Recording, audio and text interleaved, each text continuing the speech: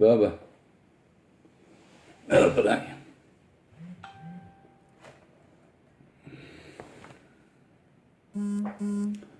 Salut, salut, Pierre le messager. Alors, salut Patrick, comment ça va? Ça va? Bon, ben, je me suis fait jouer le tour. C'est arrivé plus vite que prévu. Anyway, ce soir, c'est sur l'autre consolateur. Jésus, à un moment donné, était avec ses disciples et le moment de s'en aller au ciel était venu et avant, donc, il a dit à ses disciples, « Je ne vous laisserai pas orphelins, je vais vous envoyer un autre consolateur. » Amen. Alléluia.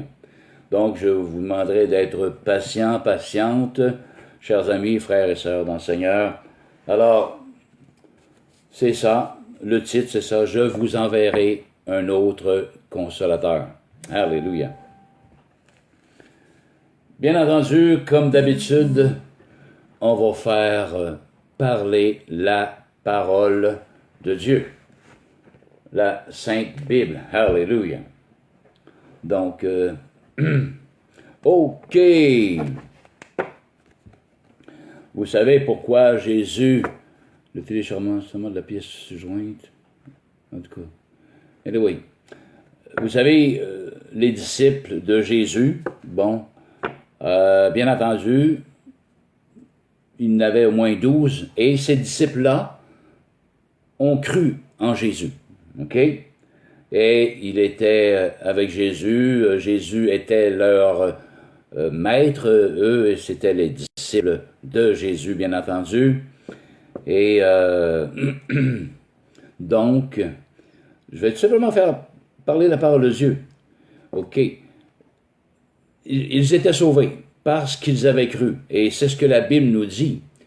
Pour avoir le salut de notre âme, pour que notre âme soit sauvée pour l'éternité, il suffit de croire au Sauveur qui est Jésus-Christ de Nazareth, de naître de nouveau pour voir le royaume de Dieu. C'est ce que nous dit la parole de Dieu.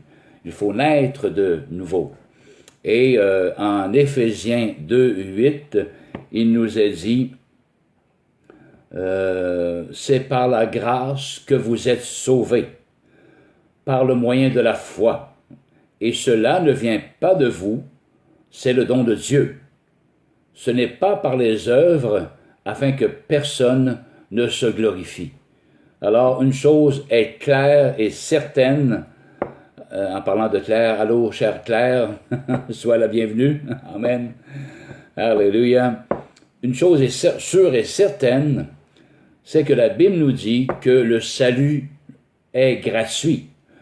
Nous n'avons pas à travailler fort, nous n'avons pas à faire des sacrifices, nous n'avons pas à faire toutes sortes justement de sacrifices ou d'efforts peut-être surhumains ou de donner des sous ici et là, d'aller aider notre voisin, finalement pour gagner notre salut. Nous n'avons absolument pas rien à faire de cela. Malgré que ces choses-là que je viens d'énumérer sont bonnes en soi, OK? La Bible dit que nous sommes sauvés afin de pratiquer des bonnes œuvres, OK? Et non pour être sauvés, OK? On pratique les bonnes œuvres après avoir été sauvés, après avoir donné notre cœur au Seigneur Jésus au moyen de la foi. Maintenant, nous pouvons pratiquer des bonnes œuvres. Alléluia. Après, et non avant, pour gagner notre salut. Gagner notre ciel, absolument pas. Ce n'est pas, absolument pas comme ça que ça fonctionne. Alors, salut Réma aussi et Françoise, soyez les bienvenus. Bienvenue au direct qui s'intitule Jésus qui dit « Je vous enverrai un autre consolateur ». Donc, j'étais en train de dire que le salut, c'est formel. Nous n'avons qu'à croire. Celui qui, comme nous dit la parole de Dieu en Marc 16, bon, on va le lire. J'aime bien aller montrer les preuves également. Marc 16, 16. Comment croire tout de même? Marc 16, 16. Nous y voici pour être sauvés. Alors, Jésus leur dit à ses disciples, allez par tout le monde et prêchez la bonne nouvelle à toute la création. Suite à cette bonne nouvelle-là, celui qui croira, OK, avec le cœur bien entendu, et qui sera baptisé, on nous parle ici du baptême dans l'eau, sera sauvé. Mais celui qui ne croira pas ne sera pas condamné. Remarquez ici, ça ne dit pas « et celui qui ne croira pas et qui n'est pas baptisé sera condamné ». Non, ça nous dit seulement et simplement « celui qui ne croira pas sera condamné ». Ce qui veut dire que le baptême n'est pas une nécessité primordiale pour être sauvé. Oui, c'est un état d'être.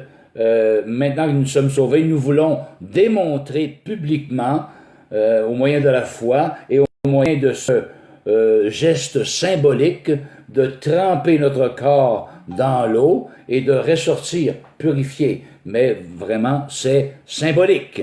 Mais si tu meurs comme ça, mais que tu crois dans ton cœur que Jésus est le Seigneur le Sauveur, il n'y a pas de problème, cher ami, tu es tout de même sauvé. C'est celui qui ne croit pas en Jésus-Christ comme Sauveur Seigneur. Lui n'est pas sauvé. OK? Distinction. Mais c'est pas grave si peut-être que tu n'as pas eu l'occasion de le faire baptiser dans l'eau. Peut-être, ou ça n'a pas donné, ou qu'importe, là. Ou tu as peur de l'eau, qu'importe, si tu meurs et tu crois en Jésus-Christ, tu es sauvé, cher ami. Aucun problème de ce côté-là. Allô, Claire Gauthier, l'autre Claire, Élisabeth. Salut, Élisabeth. Amen, sois la bienvenue. Alléluia. Donc, comme toujours, je partage la parole de Dieu. Et c'est sur le sujet, je vous enverrai un autre consolateur. Donc, ceci étant dit, lorsqu'on reçoit le salut par la grâce, gratuitement, au moyen de la foi, ça fait état de deux baptêmes, si on veut. OK? Du baptême de la repentance. La Bible parle du baptême de la repentance. La personne vient à Jésus-Christ et se repent de ses péchés, demande pardon, reçoit le pardon de Dieu au moyen de la foi, par la grâce de Dieu. Alléluia. Et l'autre baptême, comme je viens de dire, le baptême dans l'eau. OK? Comme ceux qu'on voit dans la parole de Dieu,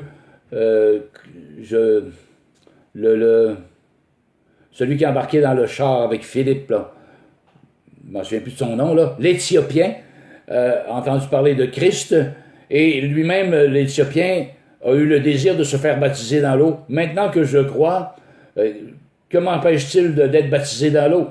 Philippe, l'apôtre, lui a dit, le disciple de Jésus, il a dit, il n'y a pas de problème, viens-t'en, il y a de l'eau là, viens-t'en, on va te baptiser. Okay? Donc, ces deux baptêmes-là font partie, normalement, intégrante dans le salut, à l'obtention du salut. Le baptême de la repentance, et par la suite, peut-être un peu plus tard aussi, okay, le baptême dans l'eau. On s'arrête là, ces deux baptêmes-là. Mais comme je vous dis, le baptême dans l'eau n'est pas une nécessité primordiale pour être sauvé. Oh, loin de là. Bon, alors voilà. OK, maintenant, les disciples, justement, qui croyaient en Jésus-Christ, le suivaient, allaient prier dans le jardin, allaient ici, allaient là, dans le temple. Jésus était le maître, eux étaient les disciples. OK? Et les disciples qui croyaient en Jésus ont été enseignés par leur maître, Jésus. On va aller voir en Luc 8. OK? Et je vais ouvrir une parenthèse ici, parce que quelques personnes disent que lorsqu'on vient à Christ au moment de notre salut, que l'on croit à Christ, nous recevons le Saint-Esprit. Et moi, je dis que non, nous ne recevons pas le Saint-Esprit lorsque nous venons à la connaissance de Christ, lorsque nous acceptons le fait qu'il est mort pour nous au moyen de la foi, qu'on le reçoit dans notre cœur comme notre Sauveur, comme notre Seigneur. Alléluia! Comme j'ai dit, il y a simplement les deux premiers baptêmes. Baptême de repentance, puis peut-être aussi le baptême dans l'eau. Mais le baptême dans l'eau, et on verra ça un petit peu plus tard, peut être aussi interchangeable avec l'autre, le dernier baptême de l'Esprit. Donc, non, à l'obtention du salut, nous ne recevons pas le Saint-Esprit de Dieu. Ce n'est pas un automatisme. Et on va voir pour ça dans la parole de Dieu, les disciples croyaient en Jésus, étaient sauvés, aucun problème de ce côté-là. Et la plupart d'entre eux, je crois qu'ils étaient aussi baptisés dans l'eau, ok? Donc le baptême de repentance et le baptême dans l'eau. Jean-Baptiste baptisait dans l'eau les nouveaux convertis. Et justement, on va aller voir, pour prouver cela, qu'ils n'avaient pas encore reçu le Saint-Esprit à la nouvelle naissance. On va voir en Luc, que nous dit Luc 8, 9 à 11. OK, 8, 9 à 11. Rappelez-vous, ils sont avec le maître. Physiquement, le maître physiquement est là avec eux. Et leur enseigne, leur dit toutes sortes de choses. Donc, concernant le royaume de Dieu, bien entendu. Luc 8, 9 à 11. Donc, juste ici, 8, 9 à 11. Alors, Jésus vient d'expliquer, vient de dire, de citer une parabole, la parabole du semeur, voilà. Donc, les graines tombent ici, tombent là, ta. Et à la fin qu'il ait raconté cela, ses disciples lui demandèrent: que signifie cette parabole? Dis-nous ça, Jésus. Il répondit: il vous a été donné de connaître les mystères du royaume de Dieu, mais pour les autres, cela leur est dit en parabole, afin qu'en voyant ils ne voient point, et qu'en entendant ils n'entendent point, et ne comprennent point. Voici ce que signifie cette parole. OK? Donc, là, oui, il dit ici, il vous a été donné de connaître les mystères du royaume de Dieu. Oui, parce que le maître était là. Et le maître leur révélait la parabole. Donc, c'est sûr que les paraboles dont le maître disait, l'expliquait, donc ça leur était révélé à ses disciples, mais pas pour les autres qui ne croyaient pas en lui, mais pour ses disciples qui croyaient en lui. OK? Ceux qui avaient passé par la repentance et par le baptême d'eau, bien entendu, et je crois également. La plupart d'entre eux ont passé par le baptême d'eau également. Allô, Brenda. Alors, c'est ce soir que ça se fait, ma chère Brenda, sur vous recevrez un autre consolateur. Donc, OK, voici ce que signifie cette parabole. Bon, la semence, c'est la parole de Dieu, Il explique ça. Là, on s'en va au verset 18, et il leur dit, suite à l'explication qu'il vient donner de cette parabole-là, prenez donc garde à la manière dont vous écoutez, car on donnera à celui qui a, mais à celui qui n'a pas, on ôtera même ce qu'il croit avoir. Alors, écoutez-moi bien, chers disciples. Moi, qui est le maître, je vous explique ceci. Alors, que vos yeux s'ouvrent en ma présence. Je suis là maintenant. OK? Donc, mais écoutez-moi bien. Prenez garde de la manière dont vous écoutez. Donc, Jésus, quand même, ça ne l'empêchait pas de sévir de temps en temps, de leur donner des recommandations, de bien écouter ce qu'il est en train de leur enseigner. OK? Alléluia. Et en Marc, un peu plus loin, sur la même veine, Marc chapitre 4, versets 33 et 34. Bon, c'est ça, il dit encore, Jésus, à quoi comparerons-nous le royaume de Dieu, ou par quelle parabole le représenterons-nous, etc., etc. Mais lorsqu'il a été semé, il devient plus grand. OK, il dit encore une autre parabole à ses disciples. 33, c'est par beaucoup de paraboles de ce genre qu'il leur annonçait la parole de Dieu, la parole, selon qu'ils étaient capables de l'entendre. Vous voyez, ses propres disciples qui avaient cru en Jésus, le suivaient ici et là.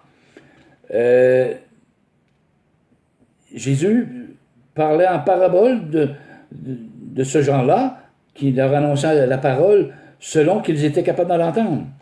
Et, 34, il ne leur parlait point sans parabole, mais en particulier, il expliquait tout à ses disciples. Vous voyez? Alléluia! Ils n'ont pas le Saint-Esprit. Rappelez-vous de ça, le Saint-Esprit n'est pas là. Alléluia! Jésus est là, il est le Maître avec ses disciples.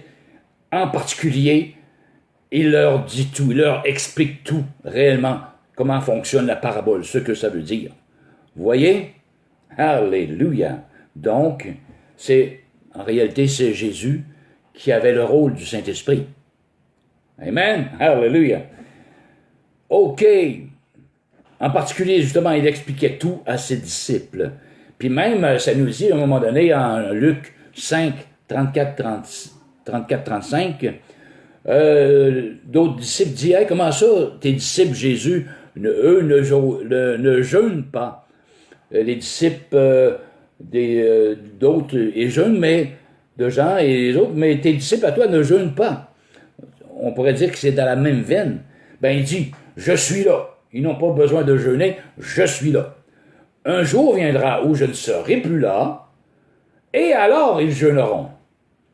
Parce qu'ils auront reçu le Saint-Esprit, ils auront la capacité, par le Saint-Esprit, alléluia, de jeûner et, amen, d'atteindre finalement le trône de Dieu par l'Esprit Saint, qu'il leur va être donné un peu plus tard, dont on va voir également. Okay? Mais pour l'instant, Jésus était obligé de leur expliquer tout, en particulier. OK? Hallelujah. Amen et amen. Alors même, il y a une dernière fois, avant son ascension, là, Jésus est ressuscité, et il s'est montré à diverses reprises, au moins trois reprises à ses disciples. À un moment donné, il s'est montré pendant 40 jours à quelques disciples. Alors, on va lire simplement à Luc 24. Alléluia. Luc, chapitre 24, versets 44 à 49. Ça, c'est avant son ascension, après sa résurrection. Il s'est montré à ses disciples, ainsi de suite. Et on va lire 24, 44, 49. Qu'est-ce que ça nous dit exactement?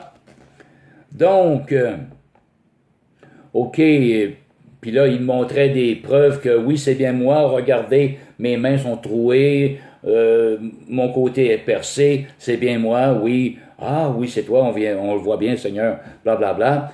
Et ici, ça nous dit, 43, il prit du pain et du poisson, il la mangea devant eux, puis il leur dit, c'est là ce que je vous disais lorsque j'étais encore avec vous, avant ma crucifixion. Okay? Je vous disais ça, qu'il fallait que s'accomplit tout ce qui a été écrit de moi, dans la loi de Moïse, dans les prophètes et dans les psaumes. Alors, vous voyez, il leur ouvrit l'esprit. Alléluia! Afin qu'ils comprissent les Écritures. Ce n'est pas le Saint-Esprit, là, qui a ouvert l'esprit des disciples, mais c'est Jésus. Alléluia! Pour l'instant, c'est Jésus qui est ressuscité avant d'aller au ciel, il leur ouvrir l'esprit afin qu'ils comprissent les Écritures. Amen. Alléluia. Donc, l'Esprit Saint n'était pas encore là. OK, vous me suivez? L'Esprit Saint n'est pas encore là. Alors, Jésus parle à ses disciples, finalement, d'un remplaçant, de son remplaçant ou du consolateur. OK? Dans Jean, chapitre 14, 15 à 21. Alléluia. C'est Jésus qui va dire à ses disciples, oui, je dois m'en aller, mais je ne vous laisserai pas orphelin, etc. On va lire tout simplement. J'aime bien que ça soit lu textuellement. 14, 15 à 29. Donc, si vous m'aimez, dit Jésus, dit à ses disciples, gardez mes commandements. Et moi, dit Jésus, je prierai le Père, et il vous donnera un autre consolateur. Donc, ce n'est pas un autre consolateur par rapport au Saint-Esprit qu'il y aurait là, un autre Saint-Esprit. Non. Quand il dit « il vous donnera un autre consolateur », il parlait de lui. Physiquement, il agit comme un consolateur, comme un Saint-Esprit, parce qu'il les enseigne. Alléluia, il explique tout à ses disciples, les paraboles qu'il dit. En particulier, il leur expliquait tout. Alléluia, et même il leur ouvrit l'esprit pour qu'ils comprennent ses Écritures. Mais là, il parle d'un autre consolateur que lui. Parce que moi, je m'en vais, je ne vous laisserai pas orphelin. Alléluia.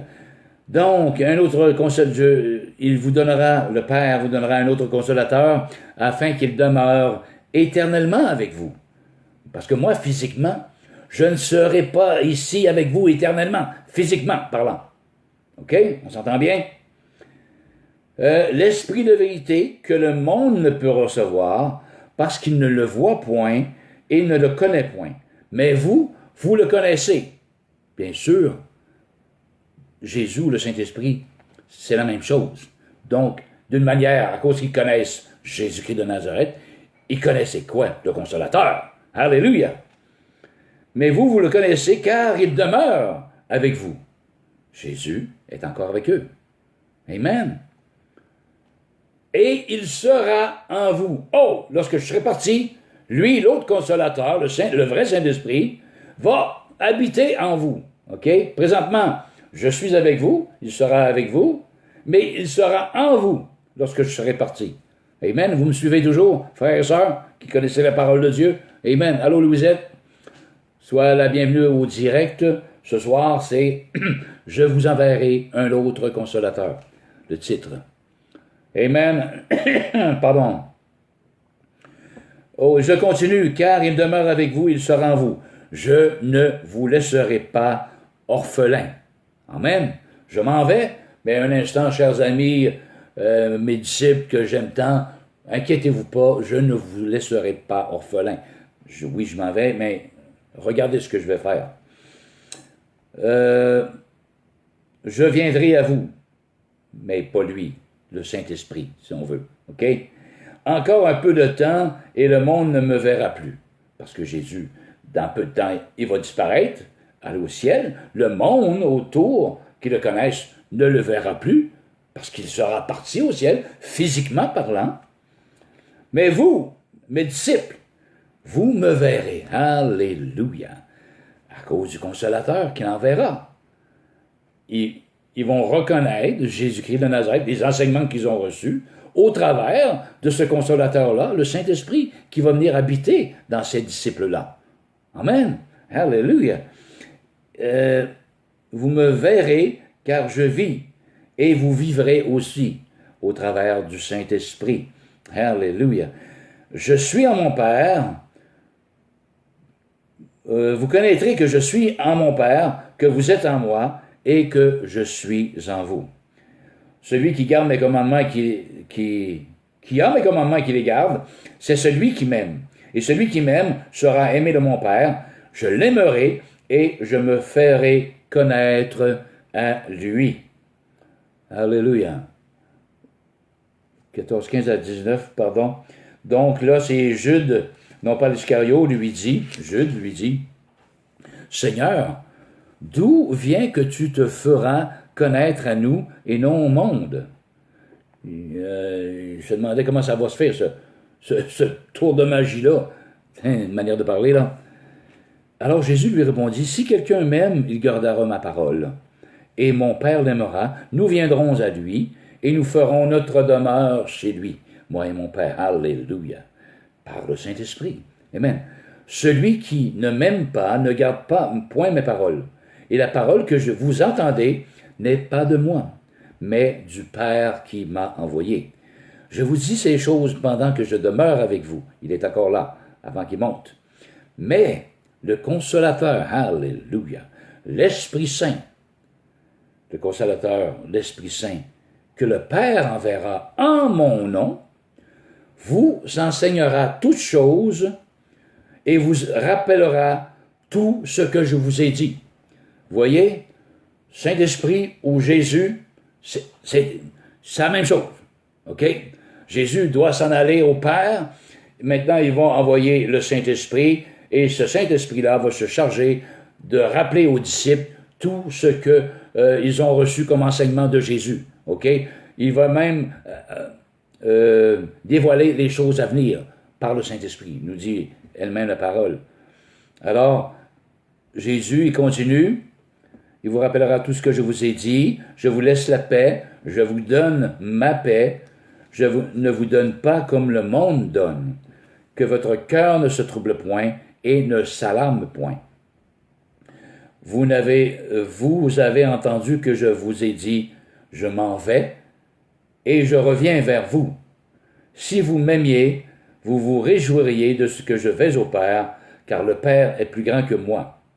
Et maintenant, je vous ai dit ces choses avant qu'elles arrivent, afin que lorsqu'elles arriveront, vous croyez.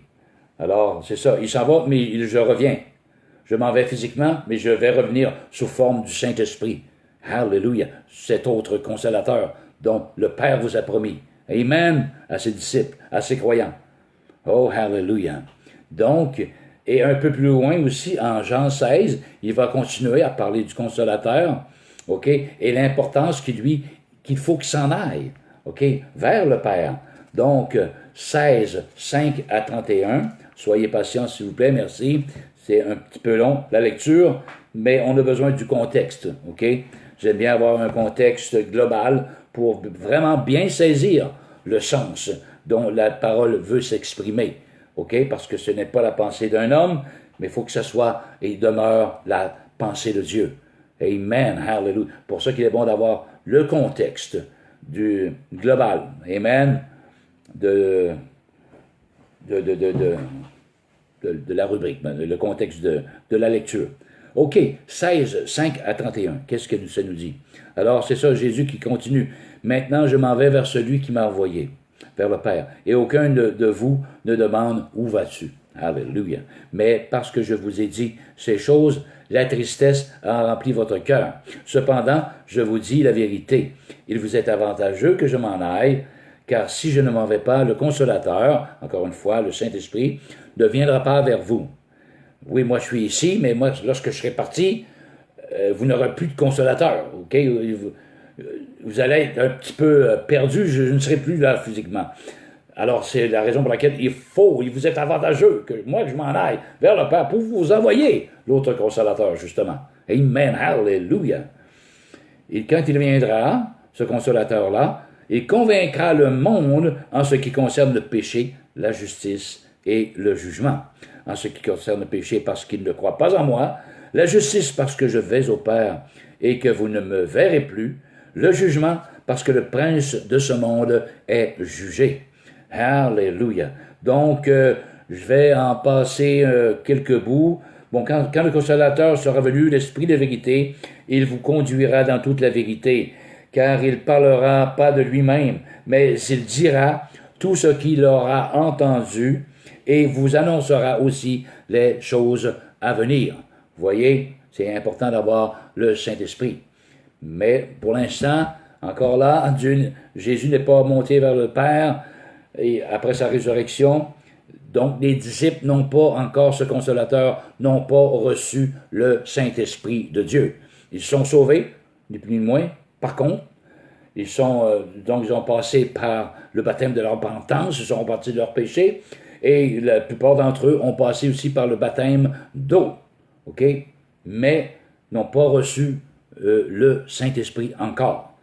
C'est le consolateur dont Jésus parle. Oui, je vais vous l'envoyer, mais il faut que je m'en aille. Alléluia. Encore là, le consolateur, il me glorifiera, parce qu'il prendra de ce qui est à moi, et vous l'annoncera.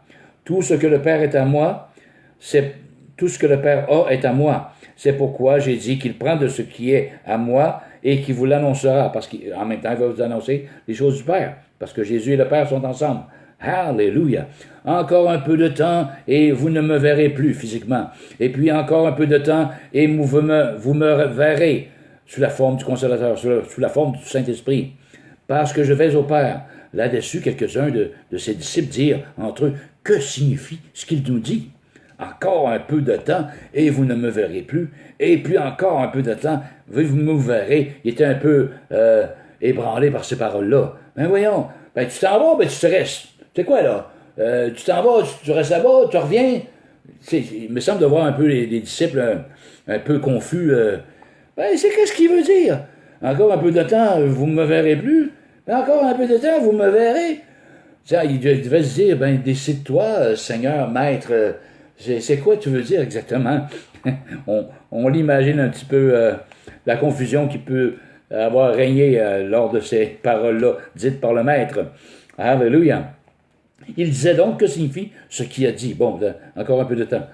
Bon, et je continue un peu plus loin. En vérité, je vous le dis, vous pleurerez, vous vous lamenterez, et le monde se réjouira, parce que je ne serai plus là physiquement. Vous serez dans la tristesse, mais votre tristesse se changera en joie. Ici, en ce jour-là, vous ne m'interrogerez plus sur rien, lorsque le consolateur sera venu. En vérité, je vous le dis, ce que vous demanderez au Père, il vous le donnera en mon nom. OK? Il fait une analogie ici avec une femme enceinte. OK?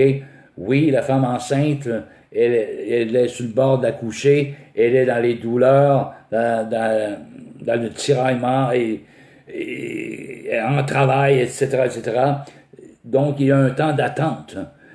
Et il dit, lorsque l'enfant quand même vient au monde maintenant, on oublie les douleurs et on se réjouit de ce qu'un homme nous est né dans cette vie. Amen. Donc, il compare ça un petit peu avec une femme qui accouche, l'attente du Saint-Esprit.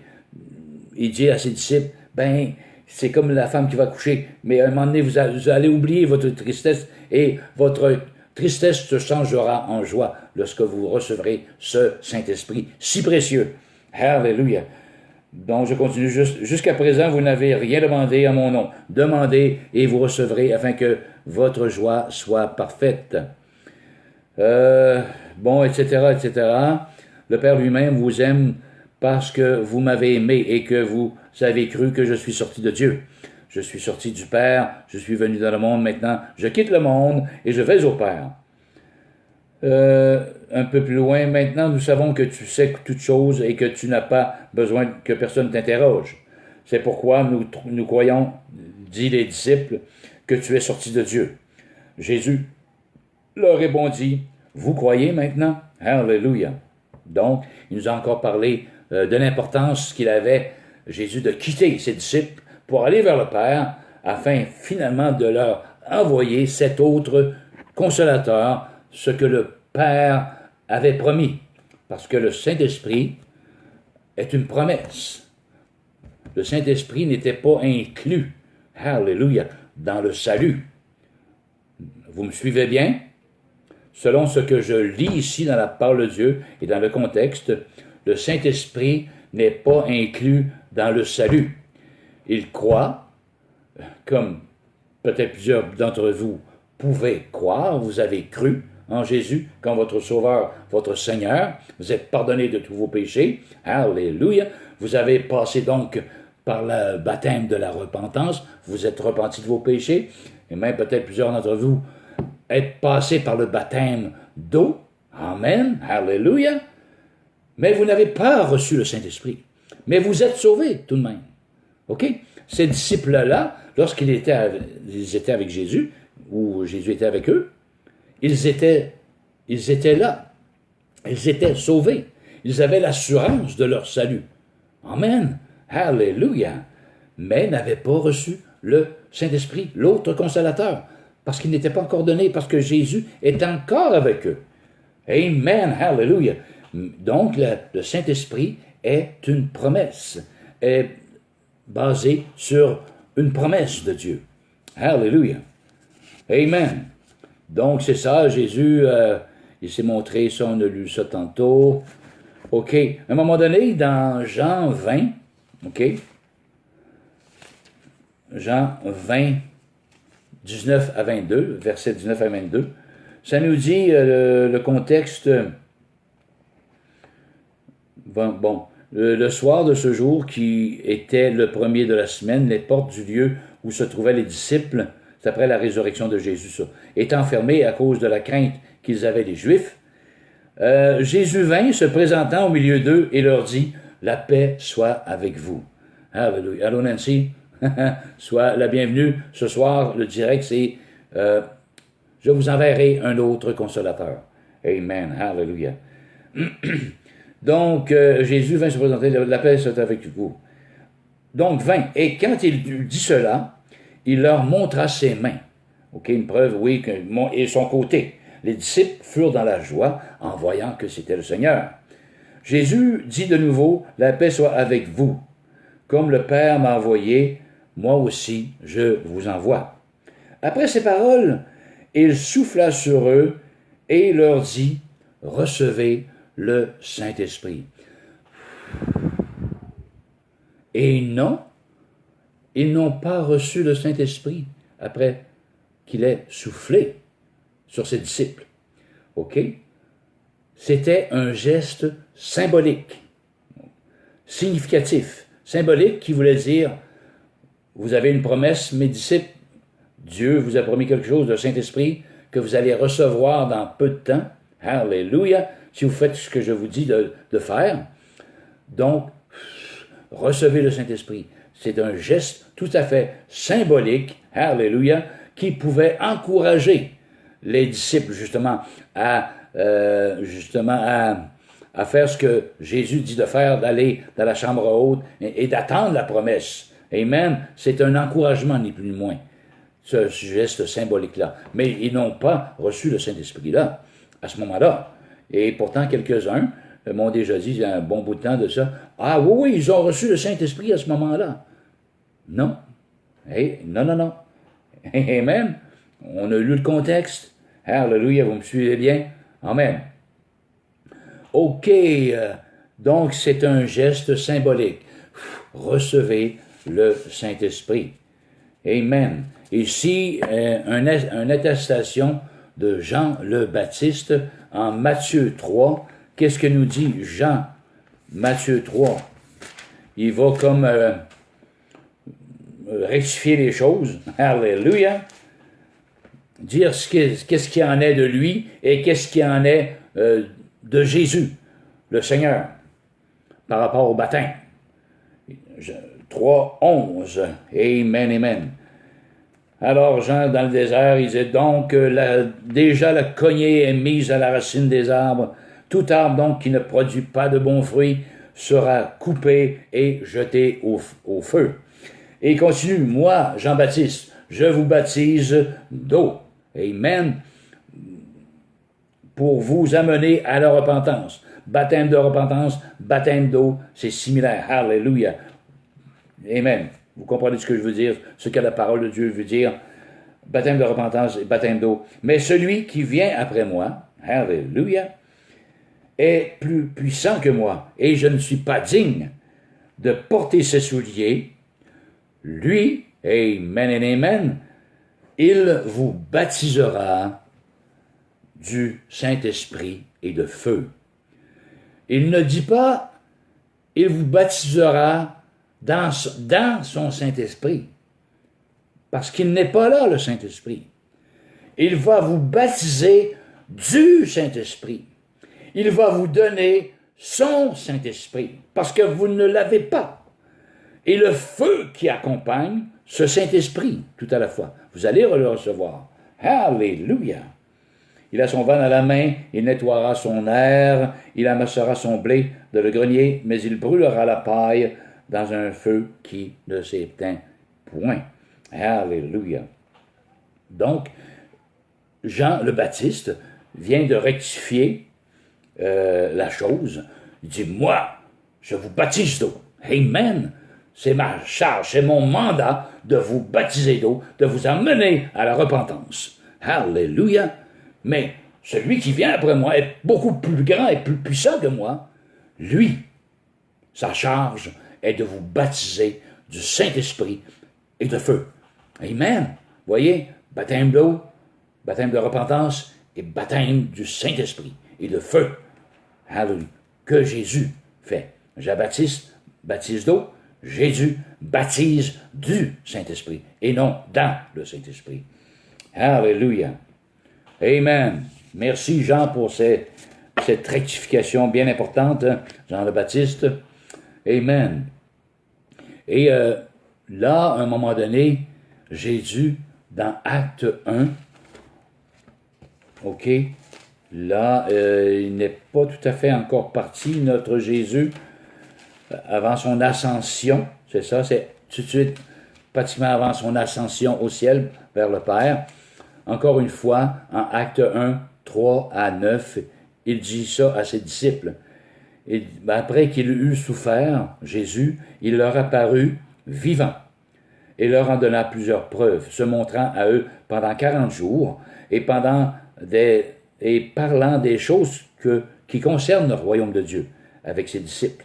Comme il se trouvait avec eux, il leur recommanda de ne pas s'éloigner de Jérusalem. C'est ça que les disciples devaient suivre, les recommandations de Jésus.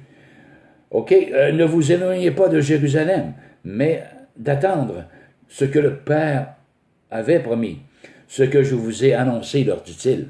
OK? Car Jean a baptisé d'eau, amen, mais vous, dans peu de jours, vous serez baptisés, pas dans le Saint-Esprit, mais du Saint-Esprit, où vous recevrez le Saint-Esprit de Dieu et le feu de Dieu. Alléluia. Amen. Ainsi de suite. À 9, je vais continuer donc. Alors les apôtres réunis lui demandèrent, Seigneur, hey, là, il dérape sur une autre question. Est-ce en ce temps-là que tu rétabliras le royaume d'Israël? Il y avait hâte à ça, eux autres. Hein? Et il dit, un instant, wait a minute. Il me semble de voir Jésus, ça presse pas ça. Il leur répondit, ce n'est pas à vous de connaître les temps ou les moments que le Père a fixés de sa propre autorité. Ce qui importe, là, c'est pas ça pour l'instant, chers disciples, c'est le consolateur, la promesse de Dieu. C'est ça qui est important pour l'instant. Amen. Si vous faites ce que je vous recommande, alors vous allez, dans peu de jours, recevoir le Saint-Esprit de Dieu. Mais vous recevrez une puissance, le Saint-Esprit survenant sur vous, et vous serez mes témoins à Jérusalem, dans toute la Judée, dans la Samarie, jusqu'aux extrémités de la terre. Après avoir dit cela, il fut élevé, OK, pendant qu'il le regardait, et une nuée le déroba à leurs yeux. Alors, tout de suite après ces paroles-là, la Bible nous dit que là, l'ascension a lieu. Jésus s'en va vers le Père pour finalement, ensuite, envoyer la promesse qui est le Saint-Esprit. Mais il fallait qu'il aille au Père, premièrement. C'était primordial qu'il aille retrouver le Père avant d'envoyer l'autre consolateur, avant d'envoyer le Saint-Esprit de Dieu. Alléluia. Et je vais lire de 12 à 14 aussi. Alors, ils retournèrent à Jérusalem, les disciples, les apôtres, de la montagne appelée des Oliviers, qui est près de Jérusalem, à la distance d'un chemin de sabbat. Quand ils furent arrivés, ils montèrent dans la chambre haute où ils se tenaient d'ordinaire. C'était, il les nomme Philippe, Pierre, Jean, Jacques, André, Thomas, Barthélemy, Matthieu, Jacques, fils d'Alphée, Simon le Zélote et Jude, fils de Jacques, tous d'un commun accord persévérait dans la prière avec les femmes et Marie, mère de Jésus, et avec les frères de Jésus. Donc, après un bout de temps, on ne sait pas combien de jours après l'ascension de Jésus, ou tout de suite après, je ne sais pas, concernant le temps, je ne pourrais dire avec certitude, mais ils sont allés, les disciples, à la chambre haute pour attendre la promesse. C'est là que ça allait se passer. Il nomme quelques personnes, mais la Bible nous dit qu'ils étaient environ 120 personnes réunies là, alléluia, dans la chambre haute à Jérusalem, priant et louant Dieu, en attendant de recevoir le Saint-Esprit, la promesse de Dieu. Ils n'avaient pas encore le Saint-Esprit de Dieu. Alléluia! L'autre consolateur, le premier consolateur, c'était Jésus physiquement avec eux, mais il est parti, et là, il fallait qu'il fasse un pas de foi, ces disciples-là. Tu as dit ça, Seigneur? OK. Par la foi, nous allons aller dans la chambre haute, nous allons adorer le Seigneur, nous allons louer, etc., etc. Nous allons prier en attente de cette promesse. Amen. Le Saint-Esprit. Amen. Donc, il ne l'avait pas encore reçu, mais il l'attendait au moyen de la foi. Par la foi. Alléluia. Donc, maintenant, c'est la Pentecôte qui sévit. Je ne lirai pas toutes non plus. Bon, le jour de la Pentecôte, ils étaient tous ensemble dans un même lieu. Tout à coup, il vint du ciel un bruit comme celui d'un vent impétueux. Il remplit toute la maison où ils étaient assis. Des langues, alléluia, semblables à des langues de feu, leur apparurent séparées les unes des autres et se posèrent sur chacun d'eux. Alors, ce sont des langues similaires à cette langue-là que vous avez comme petit membre dans votre bouche, OK? Mais comme consumées par le feu. Des langues, mais semblables à des langues dont le feu est poigné dessus, OK? On va dire ça de même, en bon québécois. Il y a des langues sur chacun des personnes, puis le feu est poigné sur ces langues-là, puis on les voit comme sur chacun d'eux. OK? C'est significatif, bien entendu. Alors, et ils furent tous remplis du Saint-Esprit et se mirent à parler en d'autres langues, selon que l'Esprit leur donnait de s'exprimer. Alors, frères, sœurs, si vous me dites que vous avez reçu le Saint-Esprit, vous devez nécessairement parler en d'autres langues. Alléluia! Vous devez nécessairement l'avoir peut-être demandé, parce que ça nous dit à quelque part, celui ou celle qui n'a pas reçu le Saint-Esprit, qu'il le demande avec foi, et Dieu va lui donner son Saint-Esprit. Voyez? Si il nous encourage de demander le Saint-Esprit, c'est parce qu'on ne l'a pas. Est-ce que vous êtes d'accord avec moi? J'ai besoin de crayon. Pourquoi tu as besoin de crayon? Pour écrire.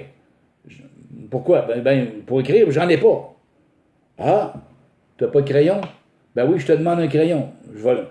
Ah, merci, j'ai un crayon. Maintenant, je peux écrire. Mais si je demandais un crayon, c'est parce que, auparavant, je n'avais pas de crayon. Hey, as-tu un crayon? Je t'en demande un parce que j'en ai pas.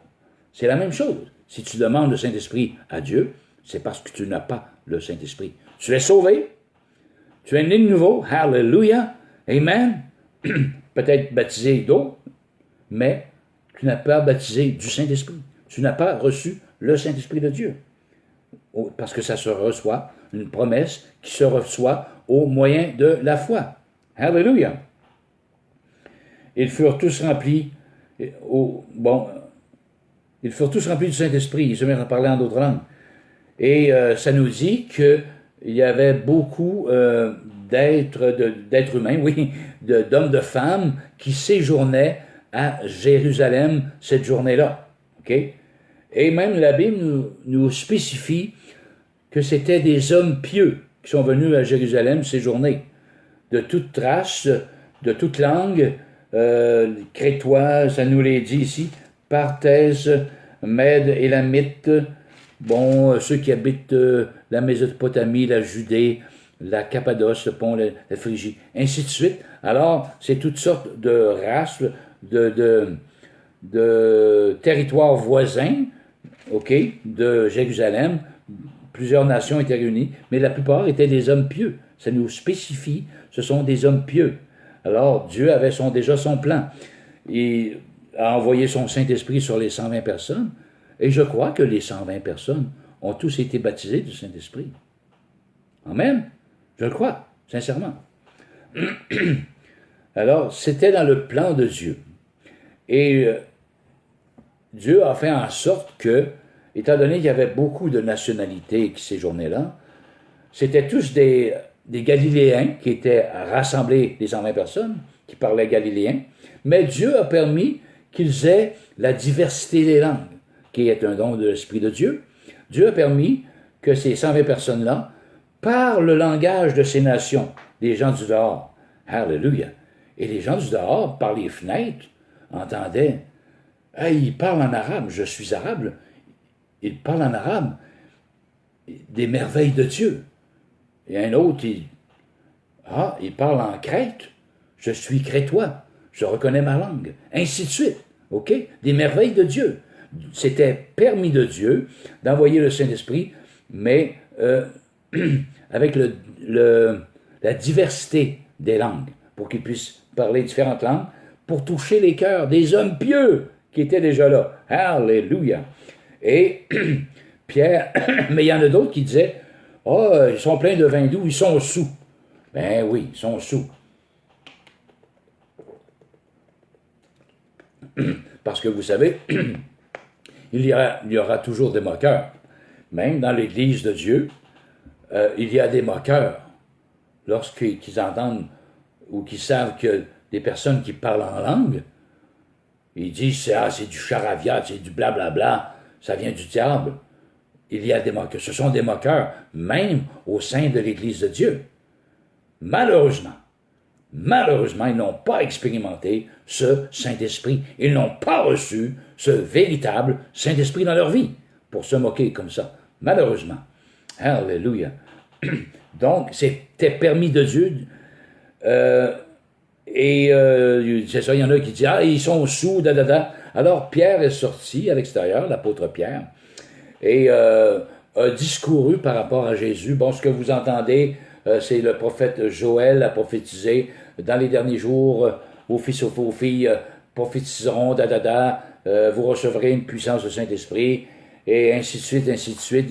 Il s'est mis à parler de Jésus-Christ, le pardon par le sang de Jésus-Christ, la croix de Christ, ainsi de suite. Pierre a discouru là-dessus.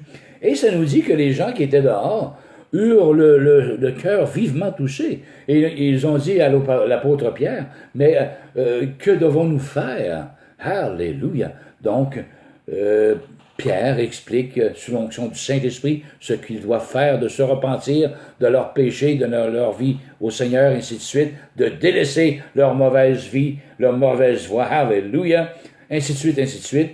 Et la Bible nous dit que 3000 âmes se sont converties cette journée-là. Amen, 3000. Alléluia. Vous voyez le plan de Dieu, c'est la raison pour laquelle Dieu a permis la diversité des langues, parce qu'il savait que plusieurs nations, plusieurs langues, alléluia, séjournaient à Jérusalem, et c'était des hommes pieux, alléluia. Donc, c'était tout orchestré par Dieu lui-même. Et comme résultat, 3000 âmes furent sauvées finalement.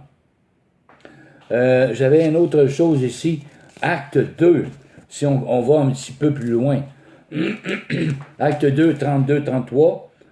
On t'avait de conclure, chers frères et sœurs, chers amis. Pardon, 32, 33. C'est Pierre, c'est ça, qui parle encore. C'est ce Jésus que Dieu a ressuscité des morts. Nous en sommes tous témoins. Élevé par la droite de Dieu, il a reçu du Père le Saint-Esprit. Jésus, lui-même, n'avait pas le Saint-Esprit. Il devait recevoir le Saint-Esprit du Père. Il a reçu du Père le Saint-Esprit. Et, si on se rappelle bien, je ne l'ai pas lu, mais dans le Jourdain, lorsque Jean-Baptiste baptisait, il a baptisé Jésus, Alléluia. Et lorsque Jésus est sorti de l'eau, le Saint-Esprit, sous forme d'une colombe, est descendu sur Jésus. Moi, personnellement, je crois que c'était significatif que Dieu, Alléluia, envoyait son Saint-Esprit sur son Fils, sous forme d'une colombe, que l'on voit visiblement, mais symboliquement, il recevait le Saint-Esprit de la part de Dieu. Jean-Baptiste fut témoin de ça. Et personnellement, je crois que Jésus parlait en langue. Pourquoi je dis ça? La Bible n'en parle pas. La Bible est muette là-dessus, bien entendu. Mais c'est le même Saint-Esprit que nous. Non? C'est le même Saint-Esprit qui a été envoyé par Dieu sur les 120 personnes en langue de feu. C'est le même Saint-Esprit, sauf qu'il était sous forme de colombe. Je ne sais pas, mais je crois que Jésus, sous toute réserve, je pense à des choses sous toute réserve, parce que la Bible nous dit qu'il passait des veilles à prier dans le désert, des 4, 5, 6, 7 heures dans le désert à prier. Et moi, comme humain, j'ai de la misère à imaginer Jésus ou un être humain en train de prier des heures par l'intelligence. Seigneur, je te prie de toucher un tel, tu vois sa condition, pendant des heures. OK? Je crois que Jésus parlait en langue, sous toute réserve. OK? Pour qu'il puisse passer des veilles dans le désert à prier toute la nuit. Alors, c'est... je ne dis pas que c'est ça qui est arrivé. La Bible est muette là-dessus. C'est sous toute réserve. Gardez ça entre vous. Amen. Amen. Anyway. Donc, ça nous dit ensuite, un peu plus loin, dans 2, 37, 39, je l'ai dit de toute façon, ils ont eu le cœur touché, okay, après la prédication de Pierre, suite de la Pentecôte.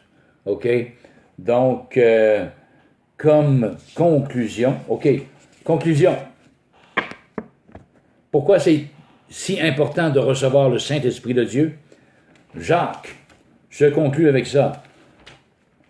L'apôtre Jacques 3, chapitre 3, 5 à 12, versus la Pentecôte. OK?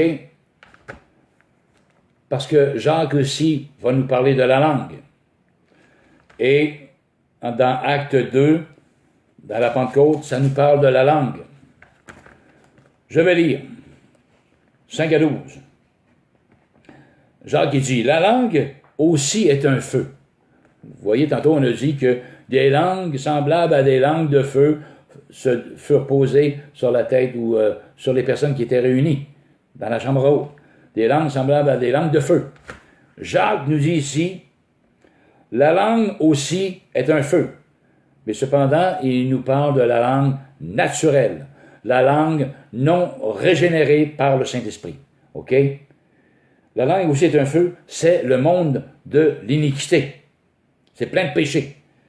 La langue est placée parmi nos membres, souillant tout le corps. Vous voyez le dommage qu'elle fait. Et enflammant le cours de la vie, étant enflammée elle-même par la géhenne, par le feu de la géhenne. OK? Donc, Jacques aussi nous dit que la langue est enflammée par le feu. Et à la Pentecôte, ça nous dit des langues semblables à des langues de feu. Vous voyez? C'est la langue dans la Pentecôte régénérée et la langue dont Jacques nous parle, la langue non régénérée par le Saint-Esprit. Ce sont deux feux, pardonnez-moi, différents. Le feu de la géhenne versus le feu céleste. Alléluia. Amen. C'est pour ça, comme conclusion, je vais continuer à lire, toute espèce de bêtes et d'oiseaux, de reptiles, d'animaux, marins, sont domptés et ont été domptés par la nature humaine.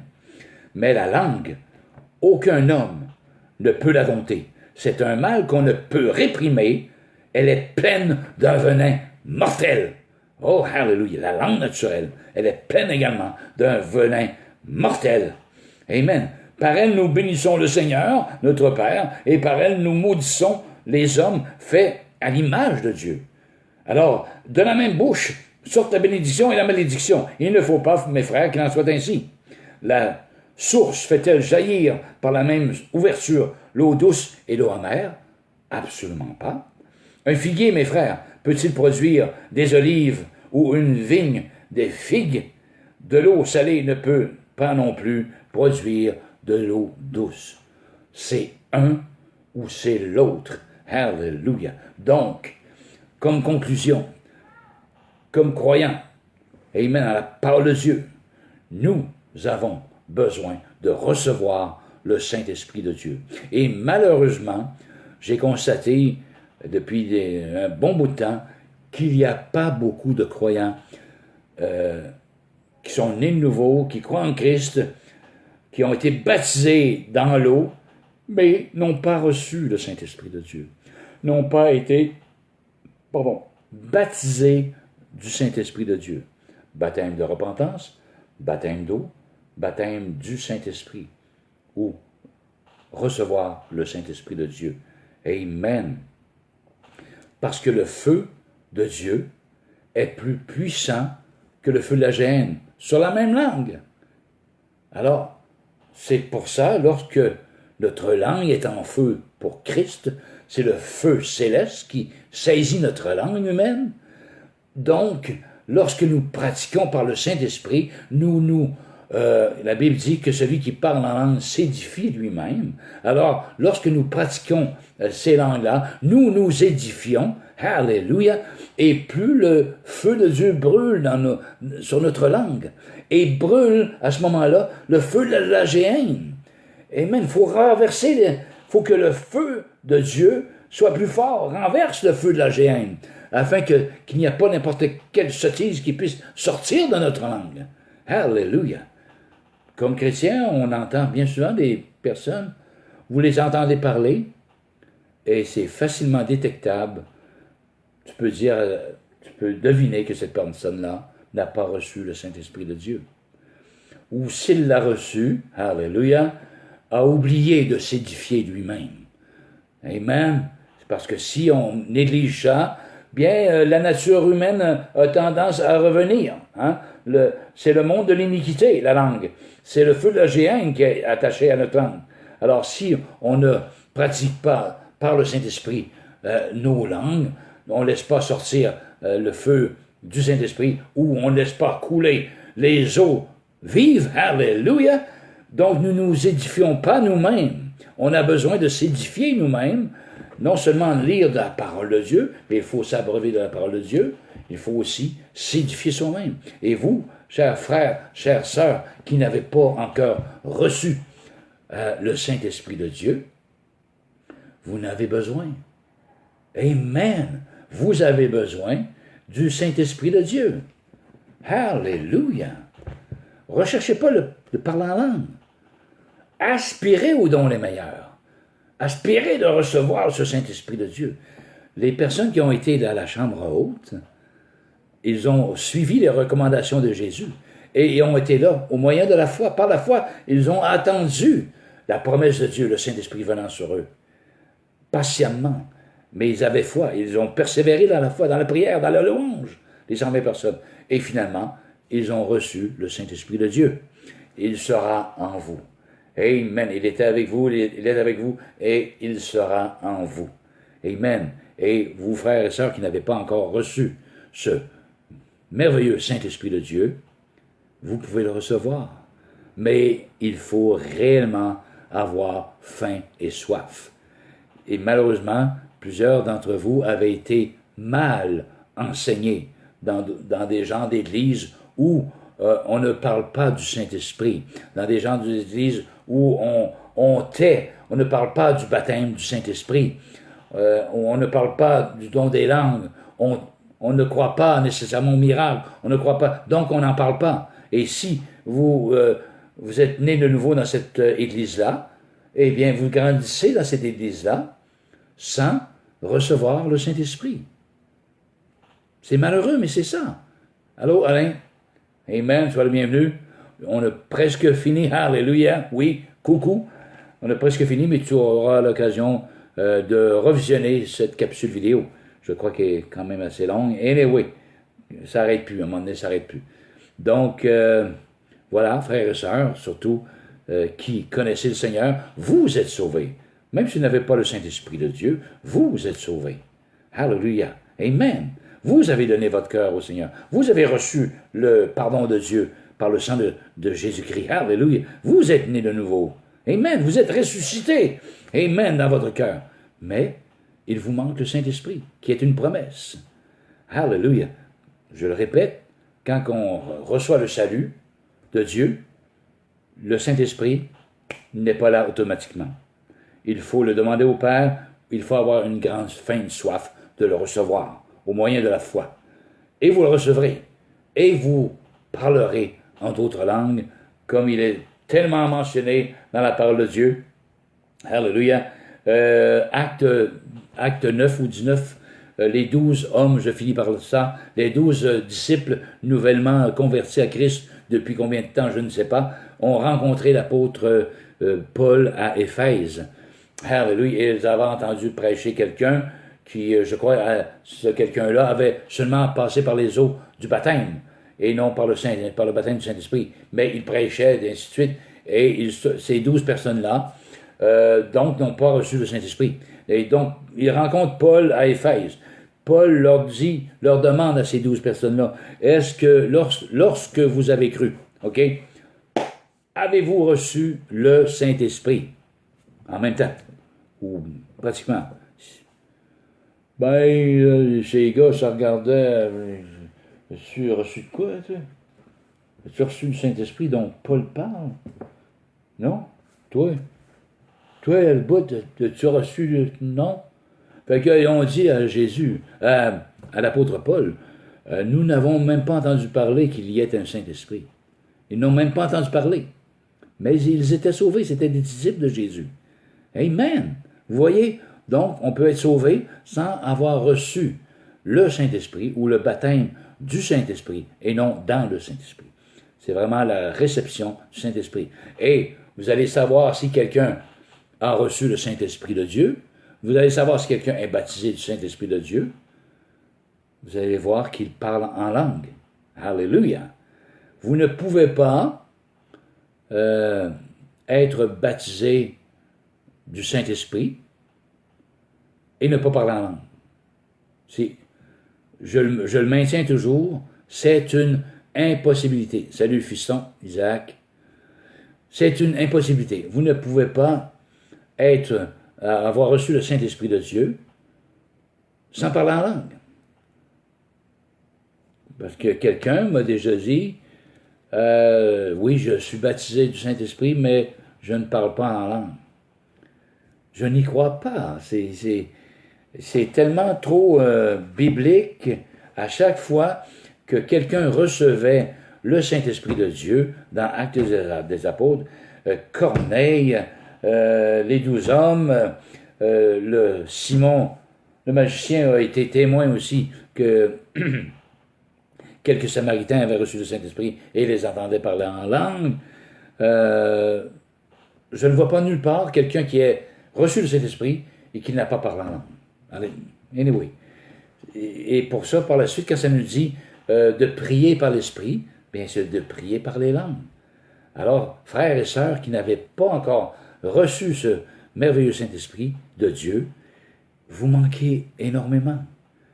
Vous manquez dans votre vie de croyant, dans votre vie chrétienne, dans votre vie de foi. Vous manquez énormément de choses. Vous manquez énormément de bénédictions. Alléluia. Vous pouvez prier en langue sous votre douche, dans votre auto. Alléluia. À votre travail. Qu'importe. Vous pouvez vous exprimer, l'esprit inexprimable, en d'autres langues. Et Dieu qui connaît les cœurs, qui connaît la pensée des esprits, sait de quoi que vous êtes en train de dire, parce que vous parlez selon les soupirs inexprimables du Saint-Esprit. Dieu connaît ces choses-là. Amen. Alléluia. Et c'est dans le plan de Dieu. C'est la sagesse de Dieu. Amen. D'envoyer ces langues-là. par son Saint-Esprit, afin de brûler le feu céleste, de brûler le feu de la géhenne qui est déjà naturellement attaché à notre langue, selon ce que nous dit Jacques. C'est pour cela que nous avons besoin, en tant que croyants, croyantes, ce si merveilleux don du Saint-Esprit. Soyez baptisés du Saint-Esprit, chers frères et sœurs. Une prière avant de partir. Père éternel, on te remercie, alléluia, que ta parole est vivante et ta parole est réelle et vérité. Alléluia.